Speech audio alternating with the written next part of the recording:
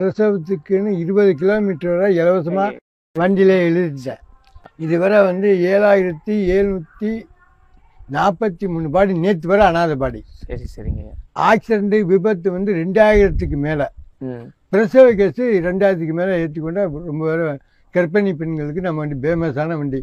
பொம்பளை பிள்ளை பிறந்தாக்க 50 ரூபா கொடுப்பாங்க, ஆம்பளை பிள்ளை பிறந்தா 100 கொடுப்பாங்க, கொடுக்காதவங்க கொடுப்பாங்க. நான் காசுன்னு கேட்க மாட்டேன், கொண்டு இறக்கி விட்டுட்டு ராணி ஆஸ்பத்திரியில் இறக்கிட்டு அவங்க எந்த ஆஸ்பத்திரி போச்சுறாலோ அந்த ஆஸ்பத்திரியில் கொண்டு இறக்கிட்டு வந்துடுவேன்.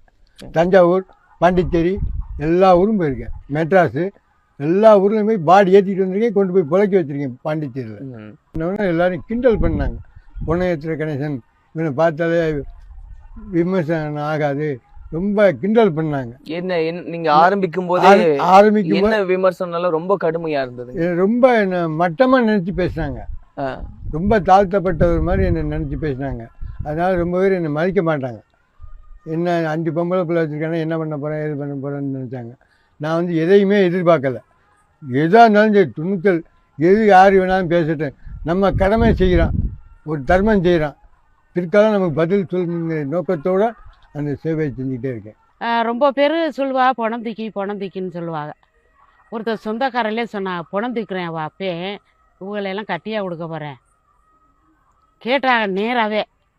இவங்க அப்பே பணம் தூக்கிட்டு திரிகிறேன், இவளுகளெல்லாம் கட்டியாக கொடுக்க போகிறேன்னு கேட்டாங்க. நான் அதை என்கிட்ட சொல்லவும் மனசு வேதனையாக இருந்துச்சு.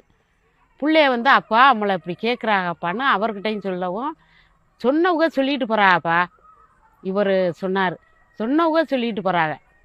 அவங்க ஃபோன் பேசையிலே ஒரு வண்டி எடுத்துருவார்ப்பா சார். இவங்க அங்கே ஃபோனு வரையில ஒரு நம்பர் வரையிலையே வண்டி பறக்கும், இவரும் பறப்பார், பம்பரமாக பறப்பார். அப்போ ரொம்ப வண்டி இல்லை, எங்கள் வீட்டுக்காரர் தான் தேவை செஞ்சுக்கிட்டு இருந்தார்.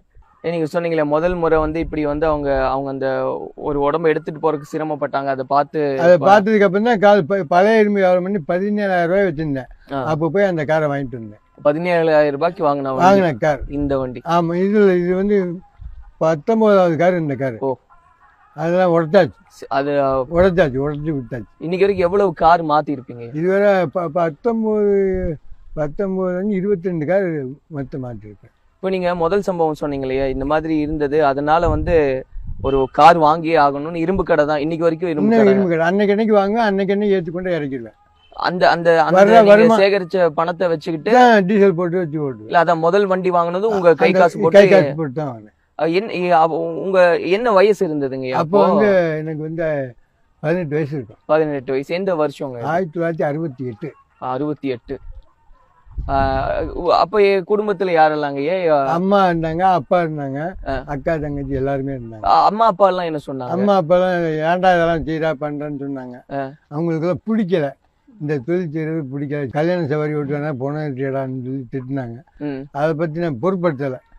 நான் செய்யறது என் கடமை, நான் செய்யறேன், எனக்கு விருப்பம் இருக்கு, நான் செய்யறேன். அதனால ஒன்றும் யாரும் என்ன ஒன்றும் மதிக்க வேணாம், ஒன்றும் பண்ண வேண்டாம் ஒன்றும் சொல்லுது. அந்த அளவுக்கு அந்த ஏரியாவிலே வண்டி இல்லை. புதுக்கோட்டை மாவட்டத்துக்கே நம்ம வண்டி தான் ஃபேமஸாக போச்சு. புதுக்கோட்டை ஜிஹெச்சில் போஸ்ட்மார்ட்டம் பண்ணி நானே